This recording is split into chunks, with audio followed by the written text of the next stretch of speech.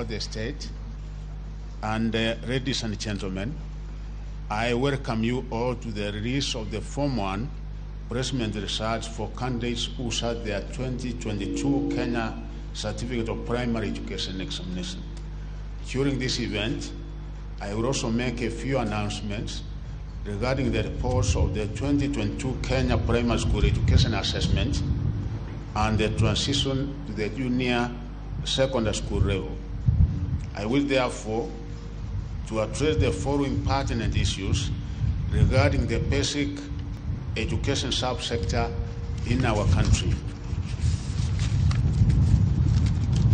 You know, the government 100% transition policy, and the government is committed to ensure that each and every learner progresses from primary to secondary school.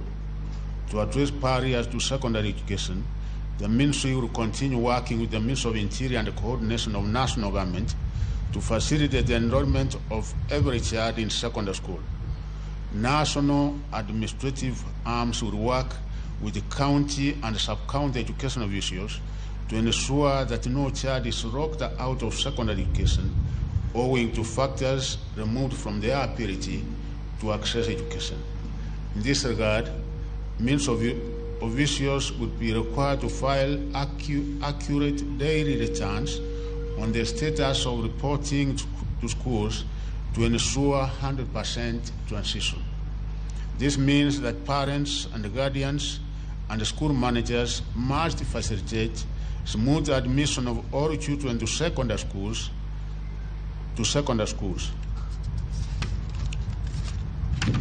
As I promised during the release of the KCPE examination results, the results of Kenya Primary School Education Assessment were to be released this month.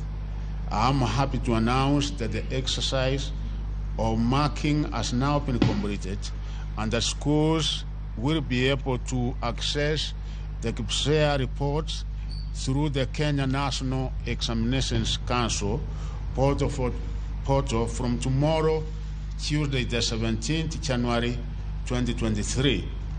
A total of 1,253,577 learners sat their 2022 KPSEA in 32,555 centers across the country.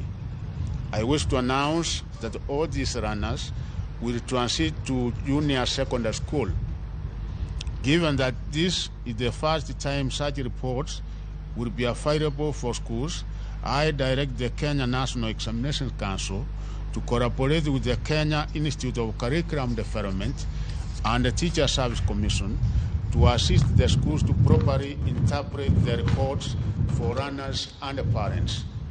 I also direct the Council to hold joint discussions with the KICD and the TSC on the national KPSEA reports with a view to providing feedback on the CBC curriculum that can inform ongoing curriculum reviews.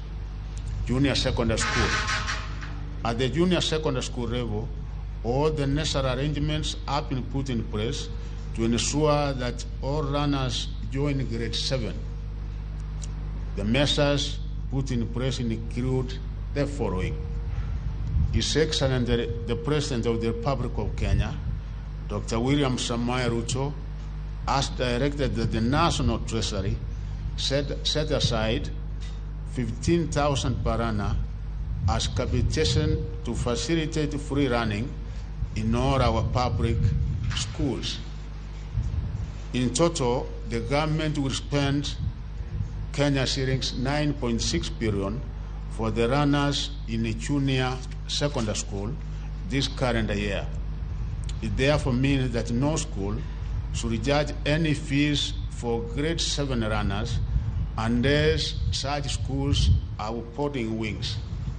I want to repeat, as you are aware, the amount that the government has been giving for secondary schools in the form of capitation is 22,244. And for primary, the amount of capitation that the government has been giving is 1,000 420.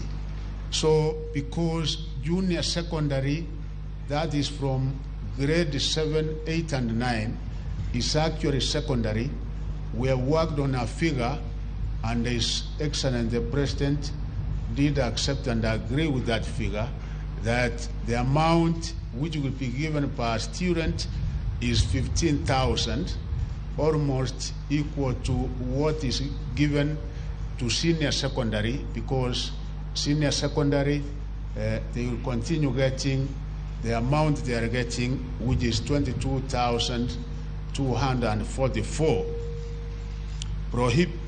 Prohibition of public schools from charging any admission fee for any grade 7 learner due to the 100% transition policy in the same school where the runners were enrolled in grade 6. And this one will repeat that there will be no school fees payable in any of our public schools, because you know that this is the constitutional requirement that the basic education, primary to secondary, is compulsory and free. The Teacher Service Commission is in the process of recruiting 30,000 teachers, new teachers, the majority of whom will be attending to runners in the junior secondary school level. And in this, we want to assure the country that we have enough teachers. In actual fact, we have quite a number of graduate teachers based at our primary school level, and those teachers that are already in primary schools who are graduates will be teaching in junior secondary schools, and they have accordingly been prepared for the same. And also the number of teachers we are recruiting, a number of them will be graduates who will be posted to junior secondary schools. So the issue of lack of teachers to teach in junior secondary school does not arise, and they have also been accordingly prepared to undertake this particular assignment. Although runners join grade 7 in the schools where they were enrolled in grade 6, there is to distinguish the junior secondary schools. As I said, a decision has been made that parents and the boards of management agree on the new uniforms for junior secondary school runners.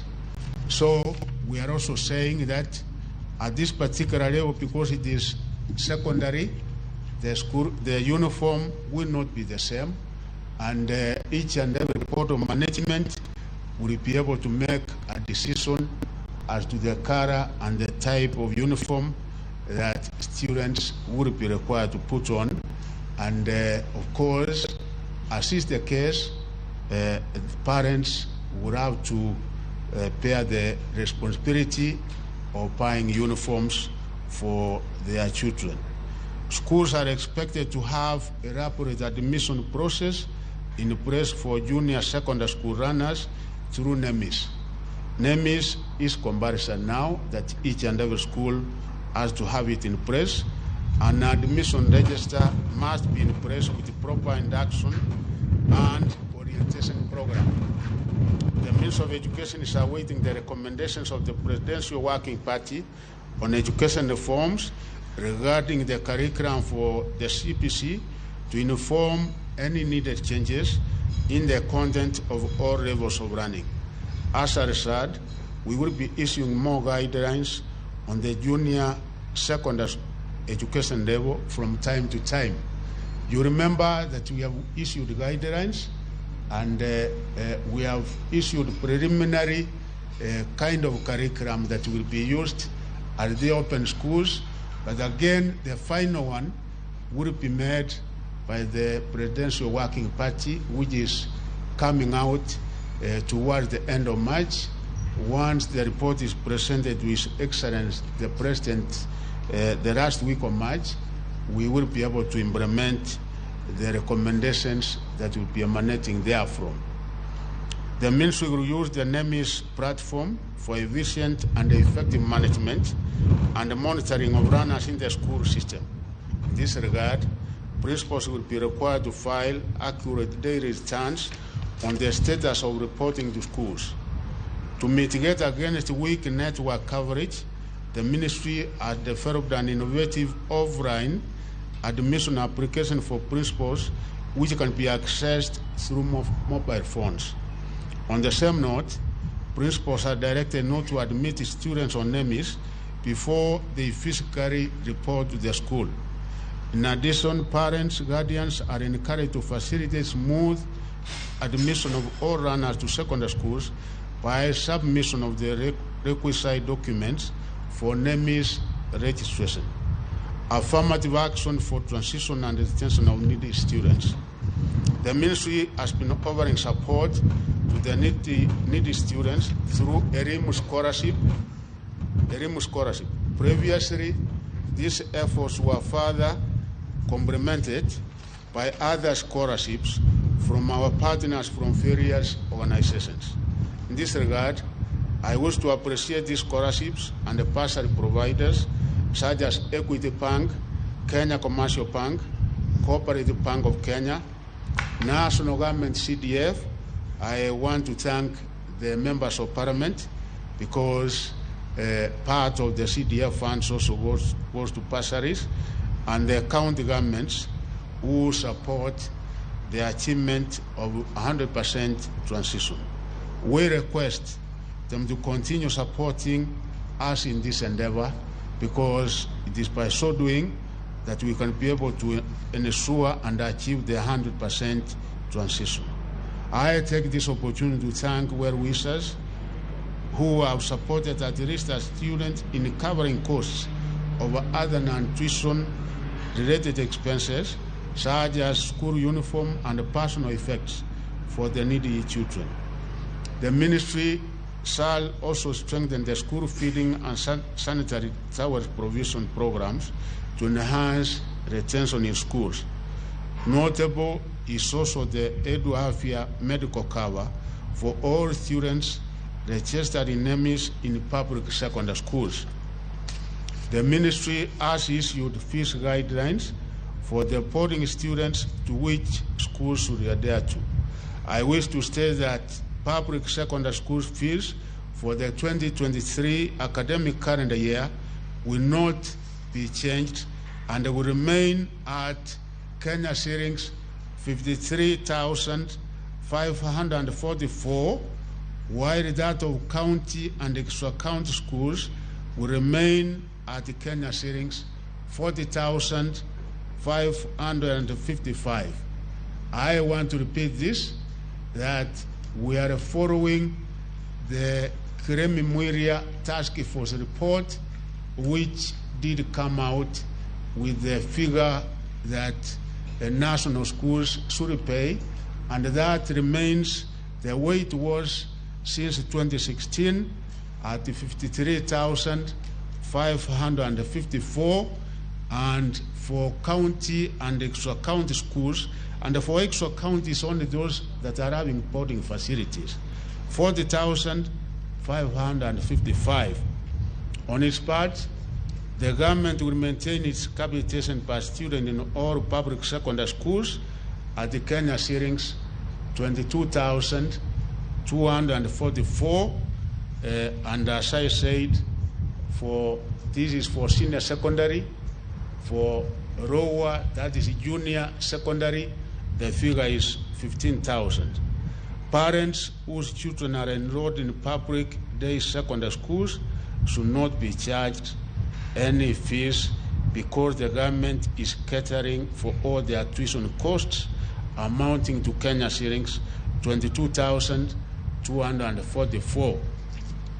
Parents should report instance of any student turned away for not paying higher fees and other levies to the nearest education office for action.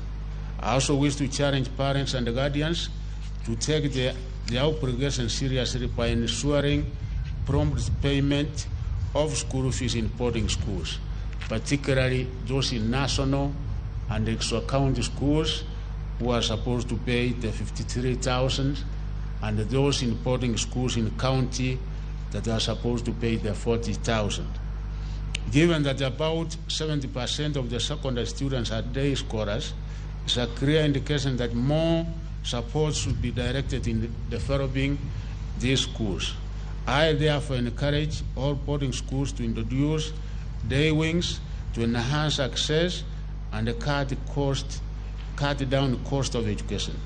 This is also in line with CPC requirements for parental engagement in delivery of the curriculum.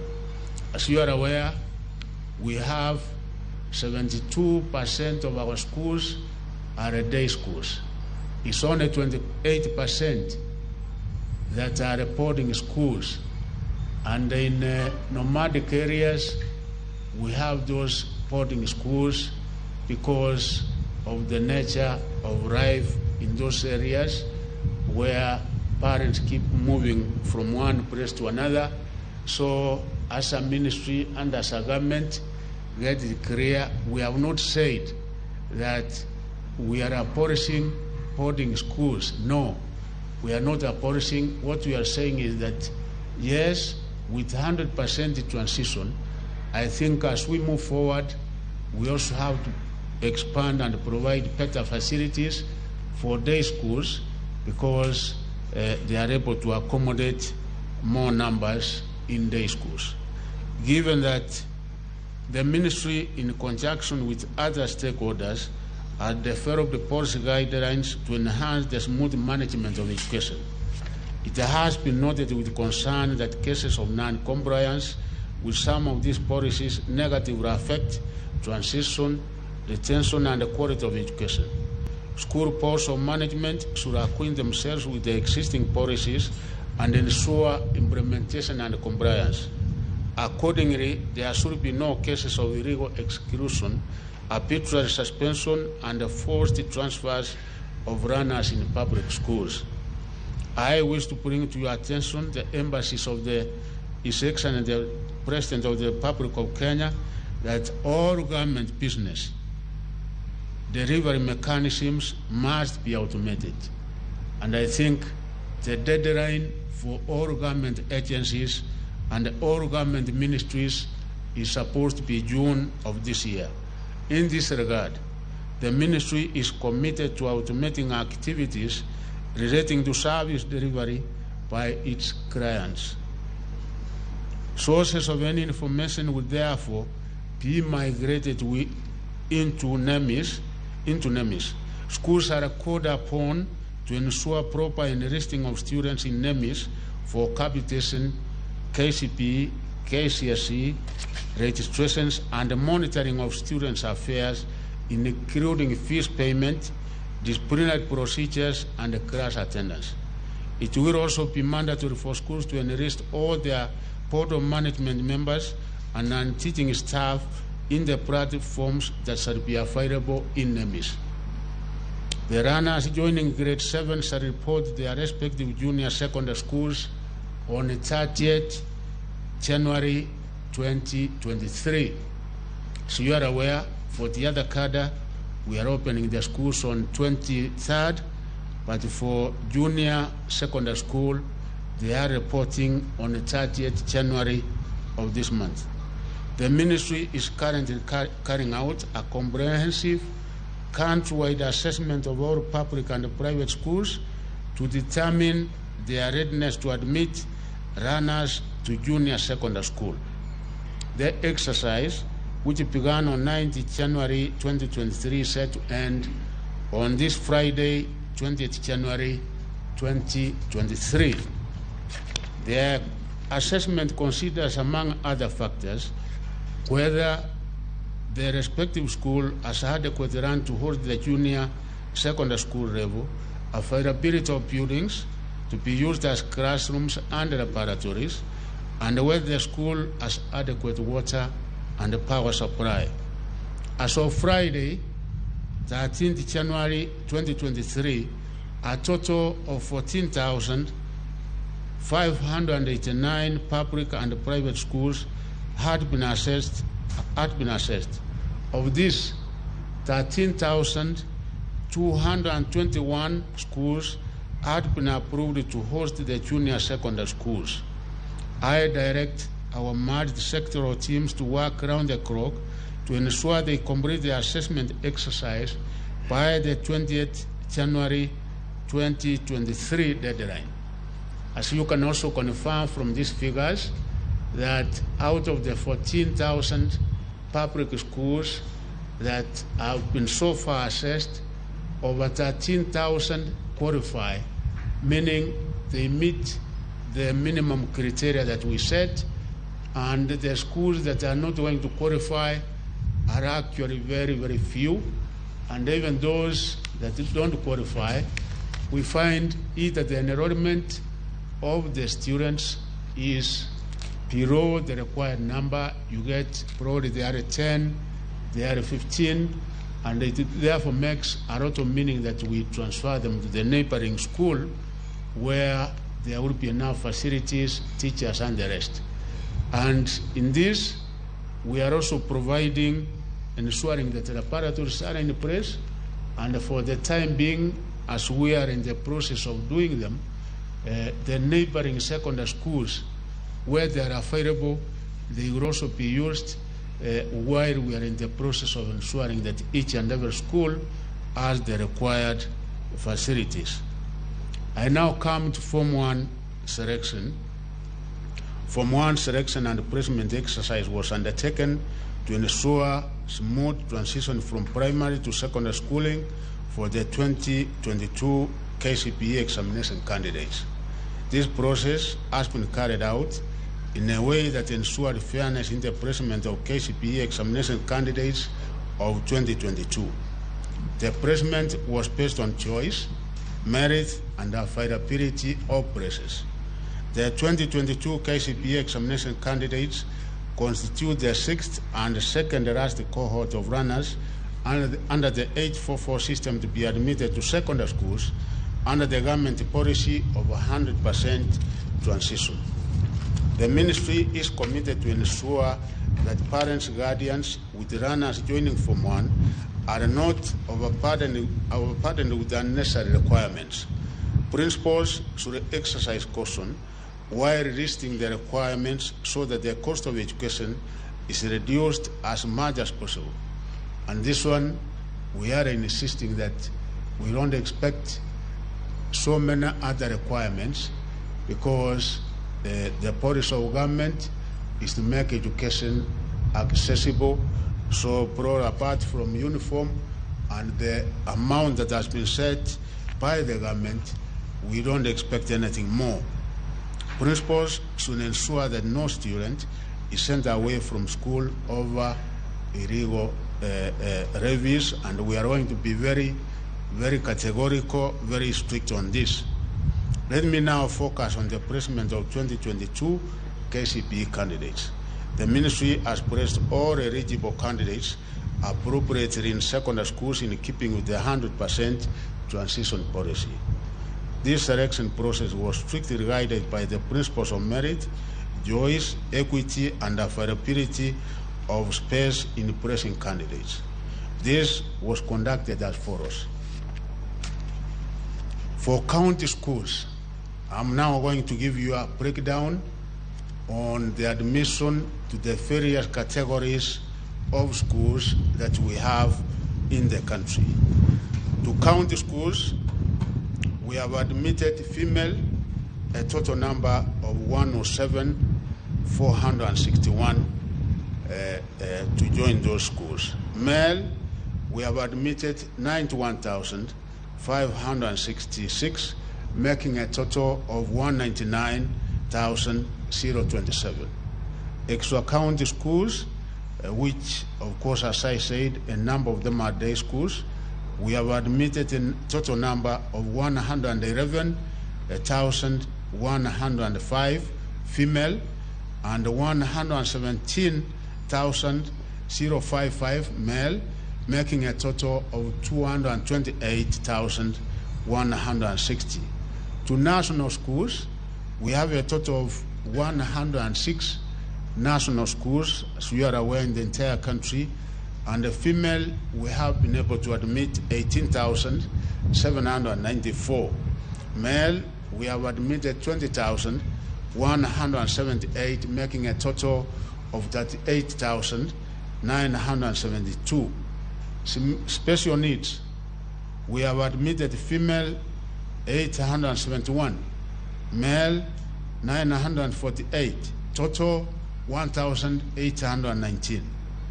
Sub-county schools, we have admitted the majority, this is accurate where the day schools are, 372,459, and those are the female. Male, we have admitted 387,203, making the total to be 762,610. Total admitted in all our schools, female is 610,690. Male, 616,950.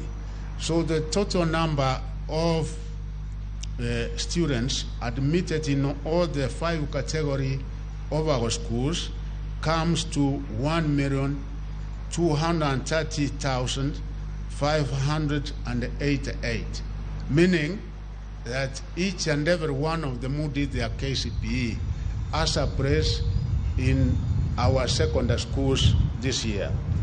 In the appraisement, all countries who scored 400 marks and above were placed in national or extra-county schools of their choice.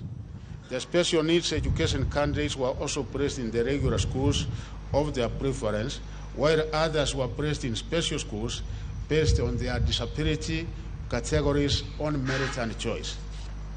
The ministry has applied affirmative action to achieve equity for children from the slum areas. In this year's selection, 270 students from slum areas were placed in national and extra-county schools of their choice. This is in addition to those placed through merit and other criteria. This intervention is in line with the government policy to achieve parity in education by considering the needy and the vulnerable children in informal settlements in urban areas. For the first time, the ministry placed 9,019 runners from primary schools located in the refugee camps in public schools. This is in line with the 2017 Djibouti Declaration on Regional Refugee Education that stipulates the need to enhance capacity of IGAD member states to implement commitments to quality education and learning for refugees and host communities. The following counties had inadequate capacities according to their candidature as indicated in the table. Nairobi County, number of schools that we have secondary are 109 secondary schools. The capacity to accommodate in those schools is 27,145. The number of candidates we had in the KCPE was 72,232, meaning that we have a deficit of 45,089. Kirivi County, we have a total of 164 secondary schools with a capacity of 31,258, and the KCB candidates we had was 41,470, meaning we have a deficit of 10,212. Mombasa, we have a total number of 56 schools, and the capacity is 12,801, with a total number of candidates being 22,360, meaning we have a deficit of 9,559. Kajiado County, we have 95 secondary schools with a capacity of 20,640. The number of KCP candidates were 25,605, and the deficit is 4,965. Turkana County, we have 63 secondary schools with a capacity of 12,096, and the candidates we had was 16,796, with a deficit of 4,700. Garissa County, we have 41 secondary schools with a candidature of with a capacity of 7,273. The candidature was 9,908. We have a deficit of 2,635. Kwara County, we have 104 secondary schools with a capacity of 22,633, and the number of candidates KCPE was 24,442 with a deficit of 1,809. Taita Taveta, we have 54 secondary schools with a capacity of 6,768. The total number we had of candidates was 8,477. We have a deficit of 1,709. Kitui County, we have 449 schools with a capacity of 41,184. The candidates we had was 42,262. We have a deficit of 1,078. Narok County, we have 171 schools. The capacity is 33,360. We have a number of candidates being 34,362. So we have a deficit of 902. Tana River, we have 38 secondary schools with a capacity of 5,232. We had a total of 6,035 candidates, so we have a deficit of 803. Baringo County, we have 176 schools with a capacity of 18,144. The number of candidates we had was 18,757. We have a deficit of 613. West Pokot, we have 185 secondary schools with a capacity of 16,178, and the number of candidates we had was 16,687. We have a deficit of 509. Ram County, we have 27 secondary schools with a capacity of 3,264, and the number of candidates was 3,760. We have a deficit of 496. To mitigate the shortfall in these 14 counties, candidates were placed in other counties with sufficient capacities, and mostly the neighboring counties where we have enough schools with infrastructure, meaning that even those counties that don't have adequate schools with adequate facilities, we have been able to cater for those students who were not able to get admission within their own counties. The above scenario can be considered an eye-opener to an underlying problem that calls for serious early redress in the wake of CPC. It is against this background that I will take a personal initiative to consult with the leadership from these areas to address this perennial deficit in capacity. I will engage with members of parliament and the county governors so that they know of this problem. They can be able to allocate resources from CDF so that we are able to have enough capacities as we move forward, so that they can be able to accommodate more students. During the selection process, it became clear that a large number of candidates did not receive proper guidance and direction when choosing schools. This resulted in some schools attracting far many applicants against their capacities. These schools include Kabianga High School, which has a capacity of 768, attracted 153,078. There you can see we have only 768, and this time we have said no one will be able to go beyond the capacity as given by the ministry. This was the total number of applicants.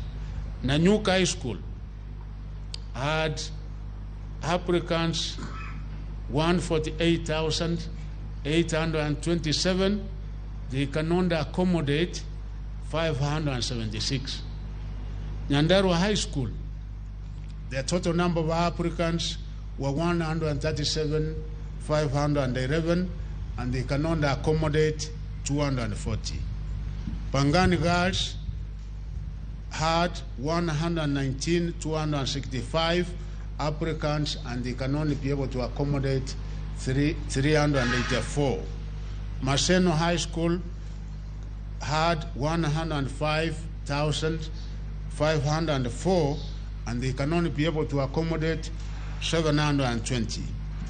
Alliance Girls High School had 104,765, and they can only be able to accommodate 384.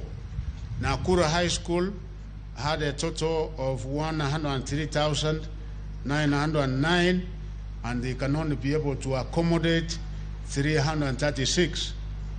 Kapsabet Boys had a total of 99,542, and they can only be able to accommodate 384. Mangu High School, they have a capacity of 480, and the number of applicants was 98,146. Butere Girls High School, their total number of applicants was 95,550, and they can only be able to accommodate 768. I've taken the 10 top to indicate that there are schools where almost we get so many applicants, and yet the vacancies, the capacity for that school is so few. The results of the above means many candidates will not get their choices, and have to accept that it is not possible to be placed in your dream school. I wish to call upon head teachers and parents to ensure that candidates make wise choices through proper advice. In addition, it was noted that 33,984 students from 2,673 schools did not select any school. So we have those who did the exam, and actually some of them did very well, but we found out that they never made any selection. To this end, I direct the county directors of education to establish the concerned schools with a view of instituting administrative actions against the head teachers and schools management for failing to adequately register runners for examinations.